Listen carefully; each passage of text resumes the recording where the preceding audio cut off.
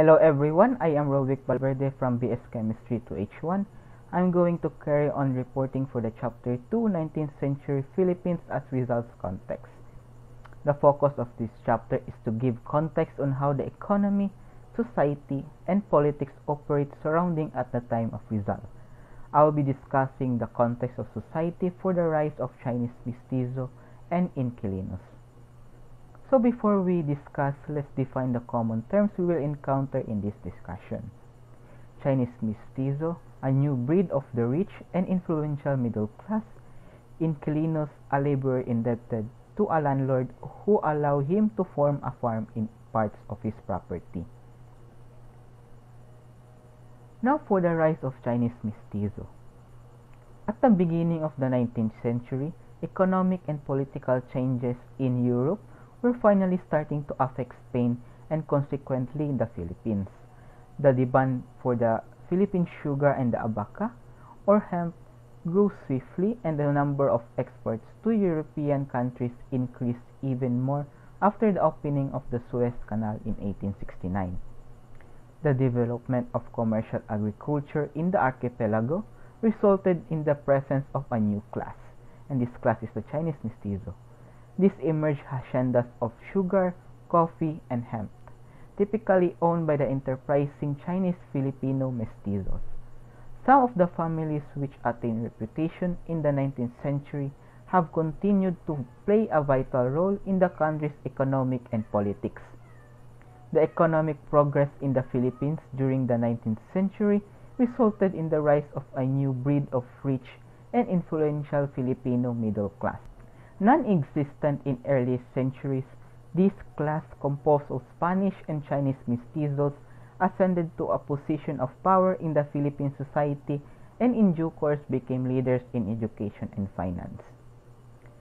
The Ilustrados, who belonged to the landed gentry and who were highly respected in their respective pueblos or towns, were regarded as filibusteros or rebels by the friars. The relative prosperity of the period has enabled them to send their sons to Spain and Europe for higher studies.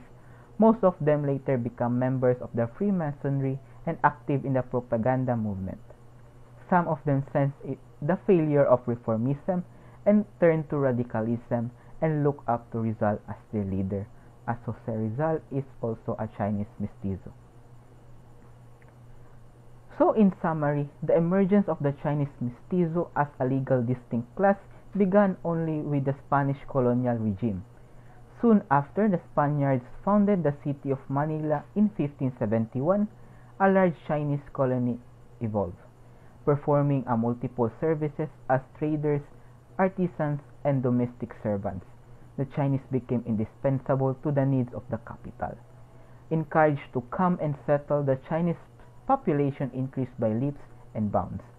But the Spaniards could only see in this rapid increase a potential threat to their own rule. They feared that the Chinese, being an ethnic group with roots in China, would be far less loyal to the Spanish regime than the Christianized natives whom the Spaniards called Indios throughout their colonial rule. Thus the Spaniards faced a dilemma. They wanted the Chinese for their indispensable services in the economy and yet were suspicious and worried of their growing numbers.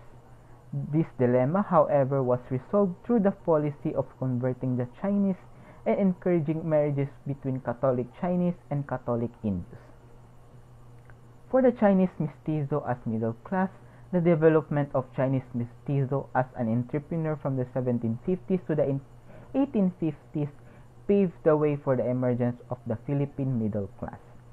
For the rise of the middle class to the social prestige, the Chinese mestizos' economic wealth had a great effect in increasing their standards of living and their social prestige. For the next topic, the rise of the Inquilinos. At least in modern Spanish, the term inquilino has the same meaning as the English tenant. Thus, 19th century inquilino system in the Philippines is better understood as a qualified system of tenancy or the right to use land in exchange for rent. During harvest time, the administrator would collect the rent of the inquilinos, organize the delivery of the harvest to the local market, and remit the income from sales and rent to the estate owners. In some estates, though, these farm duties were consigned to trusted inquilinos acting as overlords. Inquilinos would make innumerable and irrational demands from farm workers.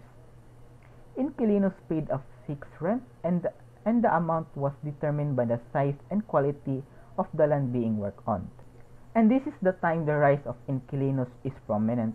With the expansion of land owned by the missionary congregation, the proportion of farmlands leased to inquilinos also increased, allowing many of them to sublease parcels of their land to sharecroppers or kasamas. This system eventually became very profitable when some inquilinos acquired lands of their own and entered into gainful commercial ventures. Some inquilinos even ceased becoming farmers and relegated the job to their subtenants. And now disputes occur regularly between villages and estates, with the latter denying farmers their traditional communal privileges.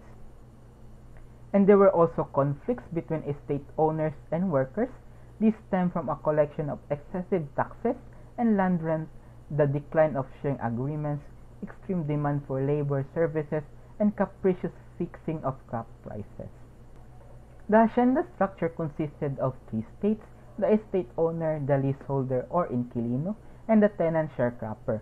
Between the owner and the inquilino, however, was the administrator, who often demanded a share of the produce over and above the stipulated land rent. Each year at harvest time, the inquilino paid the land rent, separated the seed, and dividing the remaining crop equally between the sharecropper and himself. Since the sharecropper was the bottom rung of the hierarchy, he suffered most abuses and demands of the two non-producing sectors above him. In summary, what is the impact of inquilinos in the context of society? With the rise of the Filipino middle class as exports in agriculture increased, inquilinos or the tenants in the haciendas and their families began to accumulate wealth. As members of the middle class, they were able to send their children to colleges and universities in Manila and even Europe. Hence, the wealthy and highly educated Filipinos, called ilustrados, composed the middle class in the Philippines colonial society under Spain.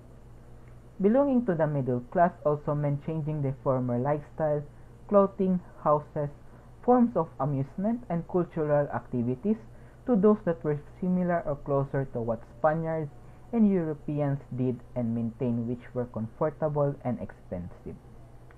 And that's all, everyone. Thank you for listening and stay safe.